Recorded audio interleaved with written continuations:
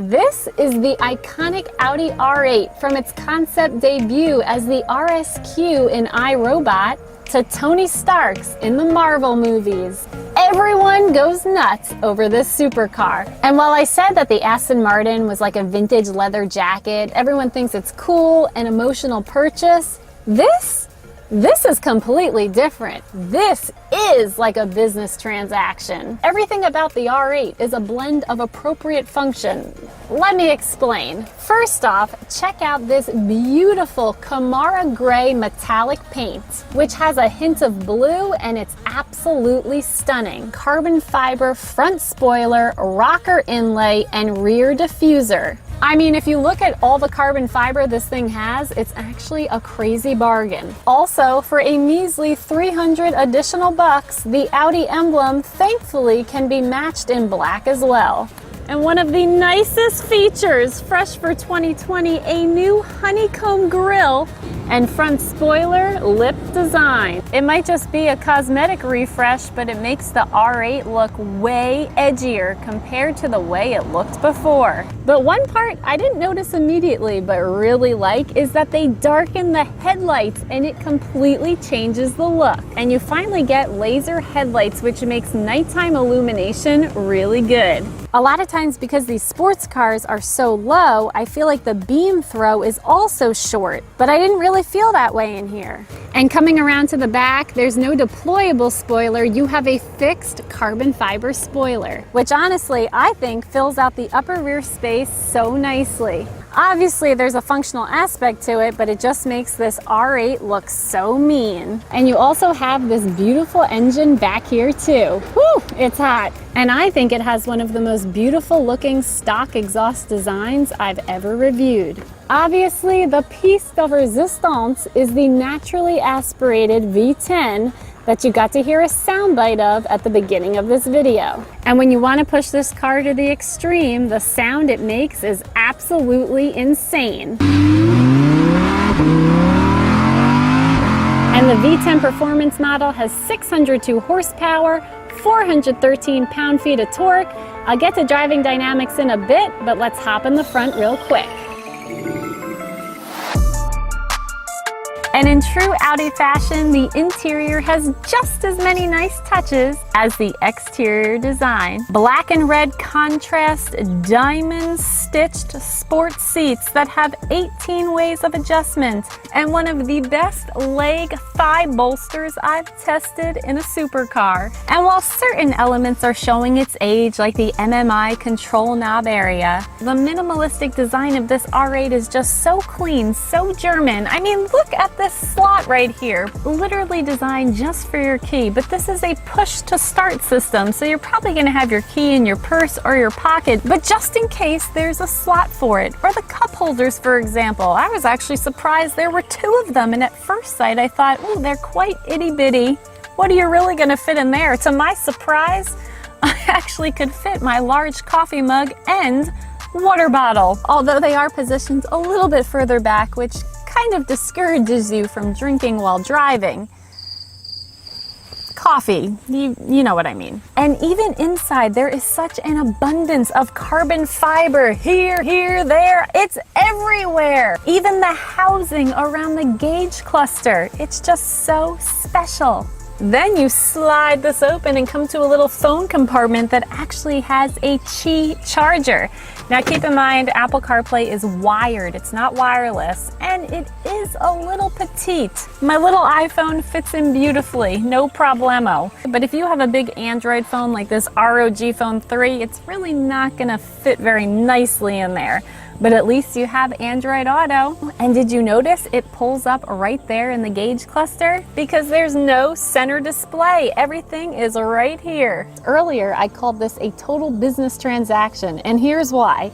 Everything has a spot, a place, and everything has a function.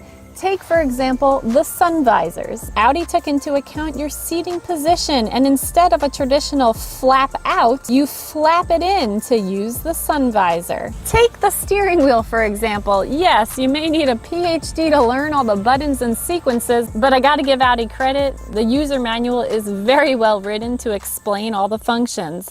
A, B, C. Where the heck is this? steering wheel. And yes, the flat bottom wheel is absolutely gorgeous and feels so good in my hands. But when I first got into the car, I saw the drive select exhaust button and I assumed, like every other performance car I've driven, I'll just turn it to dynamic, put the exhaust on sport, easily turn this into a snarling exhaust popping monster.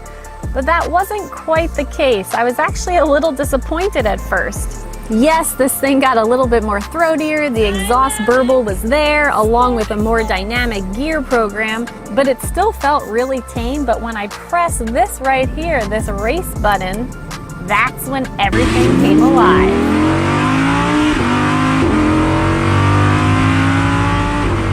This is why I'm calling the Audi R8 an epitome of a business transaction. It's all calculated, and if you were going to just drive this around as a daily, you could absolutely avoid using race mode and even get a little spicy with dynamic drive select.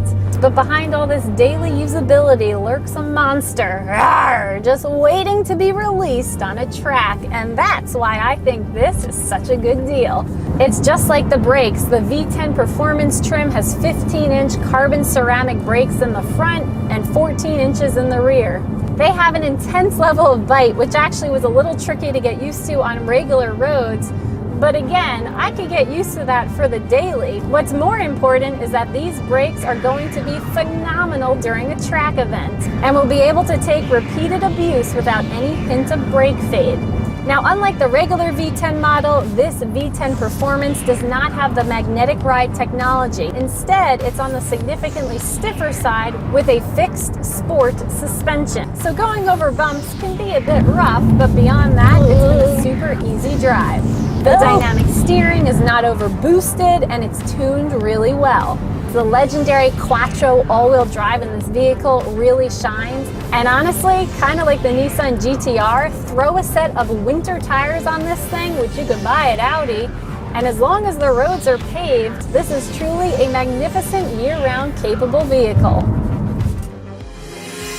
Question number 1, why not just buy a 911 Turbo?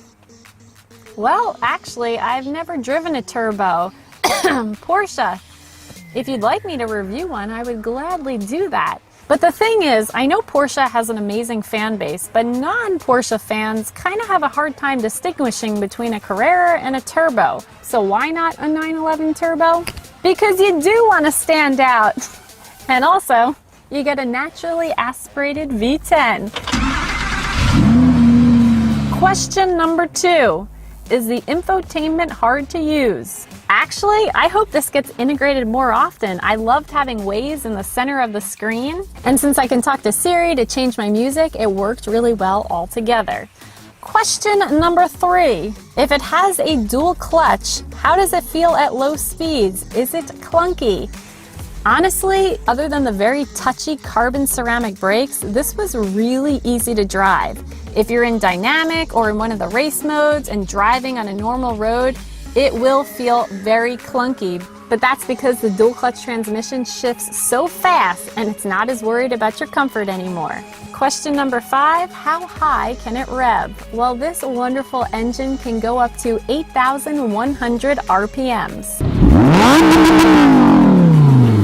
Question number 6, how does this compare to the NSX as a daily driver? Actually, this is a really good question. The V10 Performance definitely has a few touchier points like the brakes, stiff suspension, but it's a V10 and overall it's very manageable. Also, unlike the NSX, the length of this R8 is so small, which makes it very easy to maneuver around. Question number 7, what is the weirdest part about the car? Well, actually, there is one thing that kind of threw me for a loop. It's under the frunk. There's this giant flap trigger that actually requires a bit of muscle to use. But who could even fit in here that would possess the strength to be able to flip this flap?